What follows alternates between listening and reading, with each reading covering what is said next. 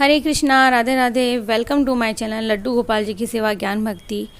आज के इस वीडियो में हम जानेंगे देवशयनी एकादशी के बारे में। आषाढ़ माह के शुक्ल पक्ष की एकादशी को देवशयनी एकादशी कहते हैं। तो आइए हम जानते हैं जो पूजा विधि क्या है, महत्व क्या है, क्या क्या सामान चाहिए होता है पूजा में। तो हर महीने में वैसे तो 2 बार एकादशी पड़ती है, आप सभी जानते हैं, कृष्ण पक्ष की, दूसरी शुक्ल पक्ष की। तो साल में कुल मिलाकर के 24 एकादशी होती है और एकादशी के दिन भगवान विष्णु की विधि विधान से पूजा की जाती है। एकादशी तिथि भगवान विष्णु को समर्पित है, सभी जानते हैं इस बात को। तो चलिए हम सबसे पहले तो आषाढ़ माह की जो शुक्ल पक्ष की एकादशी है वो पड़ रही है 20 जुलाई को, जान लेते हैं जो तिथि है वो कब से प्रारंभ हो रही है। तो 19 जुलाई यानी कि एक दिन पहले 9:59 से शुरू हो जाएगी और जो तिथि समाप्त हो रही है हमारी 20 जुलाई को 7:17 पर समाप्ति का समय है। एकादशी व्रत का जो पारण करेंगे उसका समय मैं आपको बता देती हूँ।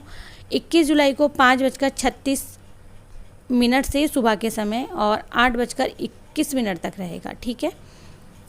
तो देखिए, देवशयनी एकादशी से भगवान विष्णु 4 महीने तक विश्राम करते हैं और भगवान विष्णु कार्तिक महीने में जो शुक्ल पक्ष की एकादशी आती है, देवउठनी एकादशी, प्रबोधिनी एकादशी, इस पर भगवान विष्णु जाग जाते हैं। इस समय को चतुर्मास का समय कहा जाता है, ठीक है। कई लोग चतुर्मास स्नान भी करते हैं।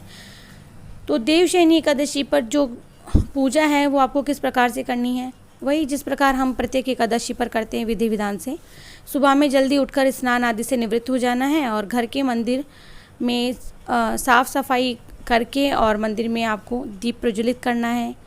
भगवान गणेश जी को जलाभिषेक करवाना है, उनकी पूजा करनी है। भगवान विष्णु जी को गंगा जल से अभिषेक करना है। लड्डू गोपाल की सेवा अगर आपके पास है तो उनका अभिषेक आपको पंचामृत से करवाना है। भगवान विष्णु को पुष्प अर्पित करने हैं, चंदन का तिलक लगाना है, तुलसी दल अर्पित करना है। अगर संभव हो तो आप इस दिन व्रत ज़रूर रखें। भगवान विष्णु की आरती करें। लड्डू गोपाल जी घर में हैं, कोई भी भगवान है, आरती हमें करनी ज़रूर चाहिए रोज़ाना।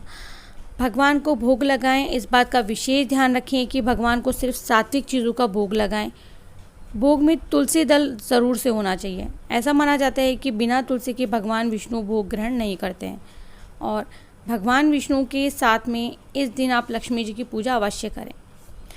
इस दिन भगवान का अधिक से अधिक ध्यान करें। एकादशी के दिन कोई भी ऐसा पाप या अपराध ना करें जिससे हमारी एकादशी का पुण्य हमें नहीं मिले।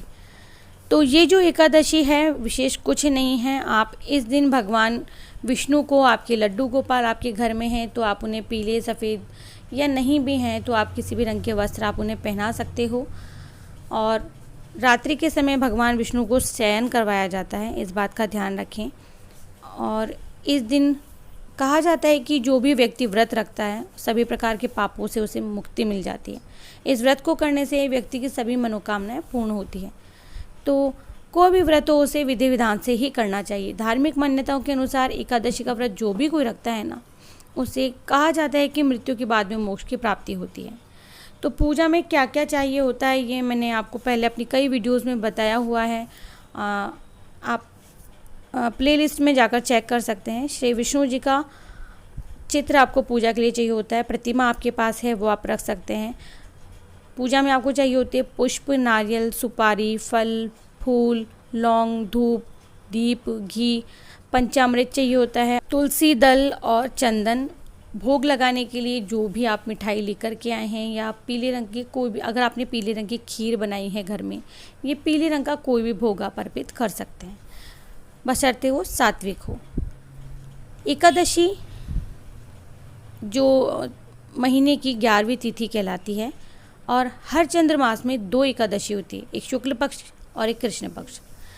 तो जहाँ भगवान शिव को ये जो प्रदोष यानी कि त्रयोदशी जो तिथि है शिव को समर्पित मानी गई है, वहीं पर ये जो एकादशी है ना और ये पूर्णमासी होती है ये भगवान विष्णु को समर्पित की गई है। तो आषाढ़ मास में शुक्ल पक्ष एकादशी जो है ये आषाढ़ी एकादशी भी कहा जाता है, इसको देवशयनी एकादशी कहा जाता है, हरिशयनी एकादशी और पद्मनाभा एकादशी भी कहा जाता है।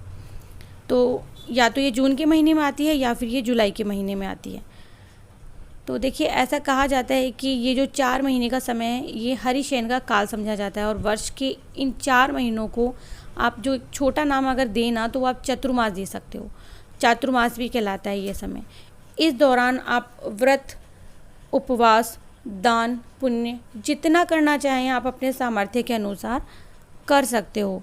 ऐसा माना गया है कि अभी तपस्वी भ्रमण नहीं करते हैं, एक स्थान पर रहकर तपस्या करते हैं, और इन दिनों में केवल ब्रिज की यात्रा ही की जा सकती है, क्योंकि ये जो 4 महीने हैं ना, तो पृथ्वी की जो समस्त तीर्थ हैं वो ब्रिज में आकर के निवास करते हैं। तो आषाढ़ी एकादशी के 4 महीने बाद भगवान विष्णु निद्रा से जागते हैं देव उठनी एकादशी पर। तो हमारे शास्त्रों में, हमारे पुराणों में इन 4 महीनों के लिए कुछ नियम बताए गए हैं। आप इन 4 महीनों में अपनी जो भी आपकी इच्छा है उस प्रकार से आप नियम ले सकते हैं। जैसे कि आप अपने खाने की जो भी कोई प्रिय वस्तु होती है, कोई मिठाई होती है, उसे आप 4 महीनों के लिए त्याग कर सकते हैं। इससे आप ये भी बता सकते हैं कि आप किस प्रकार से मोह माया अपने मन में नहीं रखते हैं। तो या फिर आप चाहें तो कोई भी विष्णु भगवान का कोई मंत्र है आप वो ले सकते हैं। सोते जागते उठते बैठते आप नारायण का जाप कर सकते हैं, ओम नमो नारायणा का जाप कर सकते हैं। तो बस यही है कि 4 महीनों में कुछ विशिष्ट नियम हैं, आपने अगर उनकी पालना कर ली तो समझ लीजिए चतुर्मास के नियमों की पालना हो गई है। कई लोग सिर्फ एक नियम ऐसा लेते हैं जिसे किसी भी परिस्थिति में टालते नहीं हैं, छोड़ते नहीं हैं। तो आशा करती हूँ ये छोटी सी जानकारी आप सभी को अच्छी लगेगी। अगर अच्छी लगती तो प्लीज़ वीडियो को लाइक कर दीजिएगा, चैनल को सब्सक्राइब कीजिएगा, फ्रेंड्स फैमिली में ज़रूर से शेयर कीजिएगा। मैं मिलती हूँ न्यू वीडियो में, तब तक के लिए हरे कृष्णा, राधे राधे।